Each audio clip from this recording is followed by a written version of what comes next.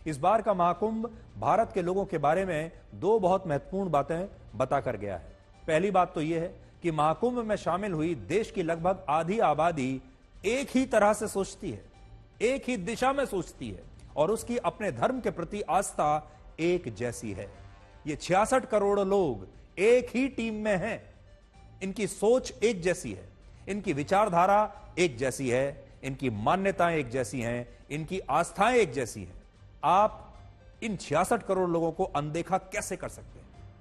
कई बार लोग सोचते हैं कि हमारा देश अलग अलग जातियों में बटा है, वर्गों में बटा है, शहरों में, गांव में बटा है, राज्यों में बटा है, अनेक भाषाओं में बटा हुआ है और इसके कारण अपने धर्म को लेकर लोगों की सोच भी अलग अलग बट चुकी है। लेकिन महाकुंभ में 66 करोड़ लोगों का शामिल होना यह बताता है कि इस देश की लगभग आधी आबादी आज भी अपनी सांस्कृतिक परंपराओं को जीवित रखना चाहती है। अपने धर्म में उसकी आस्था आज भी न मिटी है न कम हुई है। दूसरा, इस बार के महाकुंभ में कई अप्रिय घटनाएं भी हुई। एक तरफ जहां भगदड़ की घटना में 30 लोगों की जान चली गई, उसकी बड़ी चर्चा रही, उसका हमें भी बहुत दुख है और आज भी हम ये कहते हैं कि काश ये भगदड़ की घटना ना हुई होती, क्योंकि ये इस महाकुंभ में एक दाग की तरह है।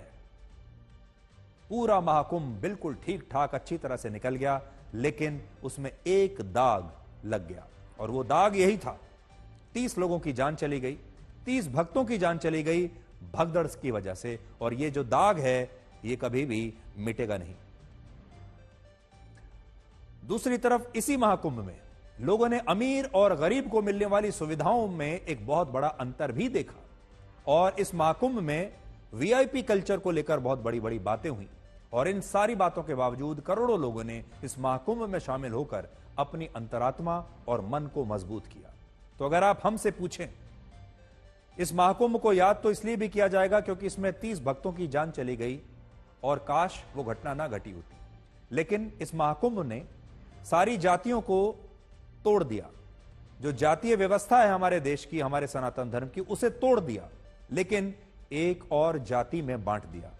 और ये जातियां सिर्फ दो जातियां हैं, एक है वीआईपी और दूसरी जाति है आम लोग। तो यह महाकुंभ एक और काम करके गया है। पुरानी अगड़ी पिछड़ी जातियां, ओबीसी जातियां, उन्हें तो हटा दिया, लेकिन नई जाति देकर गया, वीआईपी जाति और आम जनता की जाति। ये दो जातियां हैं जिन्हें आज हमें मिटाने की आवश्यकता है। जब ओबीसी के अलग घाट नहीं है, पिछड़ी जातियों के अलग घाट नहीं है, अगड़ी जातियों के अलग घाट नहीं है, तो वीआईपी के घाट अलग कैसे हो गए और आम जनता के घाट अलग कैसे हो गए? आज यह बात समझने की है इस देश को। इस देश में जो लोग सरकारें चला रहे हैं, जो लोग पैसे वाले लोग हैं, जो बड़े बड़े पदों पर बैठे हैं, आज उन्हें यह सोचना होगा कि जब पूरी जातीय व्यवस्था खत्म हो गई, जब सबके लिए एक ही घाट है, तो फिर वीआईपीओं के लिए अलग घाट क्यों है और आम जनता के लिए अलग घाट क्यों है? ये इस देश की आम जनता हमारे देश के नेताओं से और हमारी सरकार से पूछ रही है।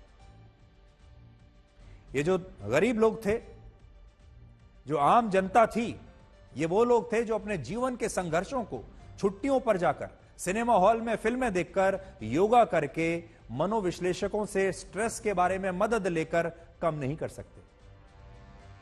इनके पास वो विकल्प नहीं है कि ये काम करते करते थक चुके हैं, इन्हें एक ब्रेक चाहिए और ये वेकेशन पर किसी बड़े हिल स्टेशन पर या विदेश में चले जाएंगे। इन्हें तो लगातार 7 दिन, साल के 365 दिन बिना रुके बिना थके काम करना ही है, वरना घर में राशन नहीं आएगा, खाने को नहीं मिलेगा। ये वो लोग हैं जो सुख सुविधाओं के बिना भी संघर्षों के साथ खुश होकर जीवन जीना जानते हैं और जो अपने जीवन को लेकर ईमानदार हैं, जो आज भी बेईमानी को पाप मानते हैं। सबसे बड़ी बात मैं आपको आज जो बताना चाहता हूं, यह अकेला देश होगा जिसमें आज भी करोड़ों लोग ऐसे हैं जो बेईमानी को पाप समझते हैं, जो अपने जीवन को पाप रहित जीना चाहते हैं, जो ये मानते हैं कि पाप अगर किया तो ऊपर से भगवान देख रहा है और पाप करने की सजा मिलेगी। ऐसे तमाम गरीब और मध्यम और निम्न मध्यम वर्ग के लोग इस महाकुंभ में आए और इस महाकुंभ में आकर अपनी आस्था से उन्होंने अपने दुखों को हल्का करने का काम किया। और आज जो लोग गांव में रहते हैं, जो गरीब हैं, जो मध्यम वर्ग से हैं, वो तमाम लोग हमारी इस बात को बहुत अच्छे से समझ पा रहे होंगे।